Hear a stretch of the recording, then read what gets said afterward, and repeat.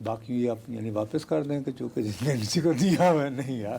اچھا anyway, میں عرض یہ کرنا چاہ رہا ہوں کہ بھائی آپ صاحب ابراہیم وہ یہ ایکارڈ پہ آیا کہتا کیا ہے؟ کہ وہ یہ کہہ رہا ہے کہ میں نے تو ہفتے کے دن جب میں بات چیت کر رہا تھا ان تمام لوگوں سے، ان سب کے انہوں نے نام لیے ہیں جس میں سعودی عرب، یو اے ای، اپنا قطر، بحرین، حتیٰ کہ انکلوڈنگ پاکستان، ترکیہ، تو ان سب کو میں نے کہا تھا کہ آپ تمام ملکوں کے لیے کم از کم یہ ضروری ہے کہ جیسے ہی ایران امریکہ صلح کا معاہدہ ہو ہاں تو آپ سملٹینیسلی اسی وقت یعنی ایک دوسرے کے ساتھ یعنی ایک آپ ابراہم ایکارڈ پر بھی سائن کر دیں. ایک آپشن دیا نا انہوں نے، کر دیں. نہیں اس میں دیکھیں نا، بھارت جس کی مرضی کوئی کرے گا، نہیں تو اس کو زبردستی میری نہیں ہے. جان سنو میری بات. نہیں، ابراہیم اکارڈ اور ایران معاہدہ دو الگ الگ چیزیں ہیں. میرے پیارے میری بات سن. اچھا، لفظ ایک انگریزی کا ہے مینڈیٹری. مینڈیٹری تو وہ ہوتا ہے نا، ضروری ہوتا ہے. اگر مجھے انگریزی نہیں آتی تو اپنا موبائل نکال کے اگر اس میں آپ نے ڈکشنری رکھی ہوئی ہے تو مینڈیٹری پڑھ کے لازمی. البتہ پاکستان کی ہمیں یہ وضاحت کر دینی چاہیے کیونکہ یہ ہیڈ لائن کے اعتبار سے آئے گا. اس نے تمام ممالک کو اس کے ساتھ ہفتے کو بات کی تھی، اس نے ان کو یہ کہا کہ بھائی صاحب آپ اگر ایران ابراہیم اکارڈ مینڈیٹری ہے. ہاں، لیکن پاکستان اس طرح اس میں بچتا ہے، وہ یہ کہتا ہے اٹ مے بی پاسبل کہ یہ ممکن ہے that one or two have a reason for not doing so, کہ ایک یا دو ملک ان میں سے جن کے نام لیے ہیں اور یقیناً اس کا اشارہ پاکستان کی طرف ہے، ٹھیک ہے. That one or two have a reason for not doing so, کہ ان کے پاس سالڈ ریزن ہے. وہ کہہ رہا ہے جی ہیو اے ریزن، معقول بھی نہیں کہہ رہا، سالڈ بھی نہیں کہہ رہا، لیکن مقصد یہ ہے کہ وہ اس کو نظر انداز کرنے کو تیار ہے. And that will be accepted, تو اس کا مطلب ہم تو بچ گئے. اپیرنٹلی. ٹھیک ہے، اپیرنٹلی یہ پریشر ابھی ہمارے اوپر نہیں آ رہا، ٹھیک ہے. لیکن وہ یہ کہہ رہا ہے کہ کم از کم سعودی عرب اور قطر تو ابتدا کرے. ہاں، اور قطر جو ہے وہاں پہ اس وقت ایران کے جو چیف مذاکرات کار ہیں غالباف صاحب وہ بھی موجود ہیں، اور عباس عراقچی صاحب بھی موجود ہے. وہ وہاں سے ہو سکتا ہے امریکہ، لیکن نہیں جا رہے شاید. دوسری بات یہ امریکہ نہیں ہے جا کہ رہا. عباس عراقچی صاحب امریکہ نہیں جا رہے کیونکہ وہاں ان کا امریکہ کا دورہ نہیں ہے. وہاں انہوں نے اقوام متحدہ کی سیکورٹی کونسل کے اجلاس میں جانا ہے، جہاں پر کہ چین جو ہے وہ ایک چاہ رہا ہے کہ اقوام متحدہ کی سیکورٹی کونسل کے تحت کوئی امن معاہدہ ہو، کو فریم ورک بن جائے. اور ٹرمپ صاحب یہ نہیں چاہتے کہ ان کے ہوتے ہوئے ہاتھی کے پاؤں میں سب کا پاؤں سپاں کے دیوے نہیں بل دے. ہاں، ٹھیک ہے. یہ کیا ہوا کہ اپنا امریکہ جو ہے اس کو نظر انداز کرتے ہوئے چائنا چین کے اپنے طور ذریعے پہ جو وہ ہے نہیں وہ تو تو اس لیے اس کا یہ میں لہٰذا عراقچی کو ویزا نہیں ملے گا. اچھا جب عراقچی وہاں ہے نہیں تو یہ ایسے ہی ہے ہیملیٹ کے بغیر آپ ہیملیٹ پلے کر رہے ہیں، ٹھیک ہے، ٹھیک ہے. ہیر کے بغیر ہیر رانجھا فلم بنا رہے ہیں. بالکل صحیح ہے، بالکل صحیح ہے. تو اب آپ کہنے گئی نو نہیں. اور یہاں پہ ایک اور بات ہے، کیچ ہے. یہاں پر مرکزی بینک کا سربراہ بھی گیا ہے ایران کا، قطر میں. تو اس میں کچھ ہو سکتا ہے کہ وہ کہیں کہ اچھا جی ہم آپ کا اتنا اماؤنٹ فریز کرتے ہیں، انفریز کرتے ہیں، آپ ایسا کریں کہ اس کو لے لیں، فی الحال کیش کروا لیں، آپ کا ٹرانسفر کر دیتے ہیں اتنے دنوں تک. لیکن یار قطر اس طرح تم یہ کروا دو تو تم تو اعلان کر دو نا. دیکھو نا اس نے جو 1 اور 2 کہا ہے تو باقی سعودی عرب اور پاکستان کے ساتھ بعد میں دیکھا جائے گا. مجھے یہ سمجھ نہیں آئی کہ اس نے ایران جنگ کو ابراہیم اکارڈ کے ساتھ کیوں جوڑ دیا. سر یہ پہلے دن سے تھا، وہ ہم بے وقوف ہیں جو ابھی تک نہیں سمجھے. آپ اندازہ لگاؤ ایران پہ حملہ کب ہوا ہے؟ 28 فروری کو. 28 فروری سے پہلے کیا ہوا؟ اس سال کا آغاز ہوتے ہی بورڈ آف پیس ان غزہ، ہاں، دستخط اتنے پیسوں میں، I will rebuild غزہ. ہاں،